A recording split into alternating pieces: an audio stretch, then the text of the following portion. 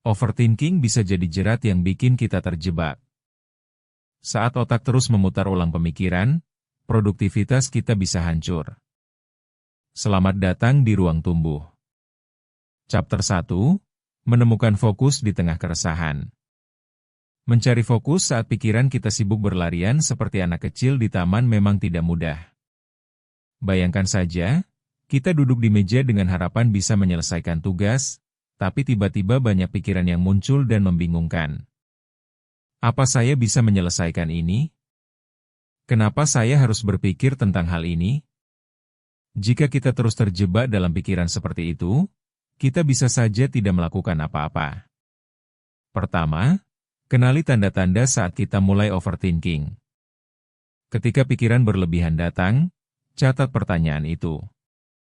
Apakah masalah itu benar-benar membutuhkan jawaban sekarang?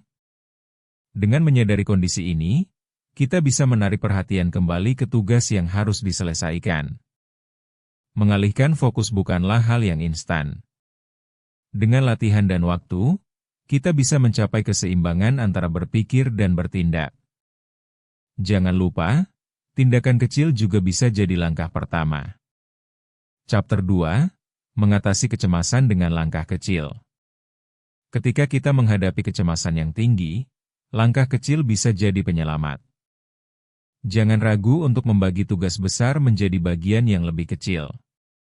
Jika kita perlu menulis laporan, misalnya, pecahlah menjadi 1. Mengumpulkan data, 2. Menyusun kerangka, dan 3. Menulis bagian demi bagian. Dengan membagi beban kerja, kita bisa lebih mudah melewati rasa cemas yang muncul. Selain itu, latihan pernapasan juga sangat berguna untuk menenangkan pikiran. Cobalah tarik napas dalam-dalam selama 4 hitungan, tahan sejenak, dan hembuskan perlahan. Ini sederhana, tetapi efektif. Yang terpenting, ingat pencapaian yang sudah kita raih. Saat merasa tidak mampu, ingatlah pada hal-hal kecil yang telah kita lakukan. Ini bisa memicu motivasi kita untuk terus melangkah maju dan tidak menyerah. Chapter 3, Strategi menghadapi pikiran berlebihan.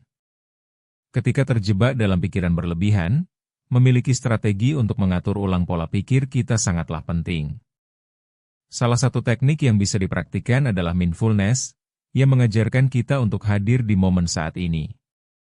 Alih-alih fokus pada apa yang mungkin terjadi di masa depan, lebih baik kita berkonsentrasi pada aktivitas yang sedang dikerjakan sekarang.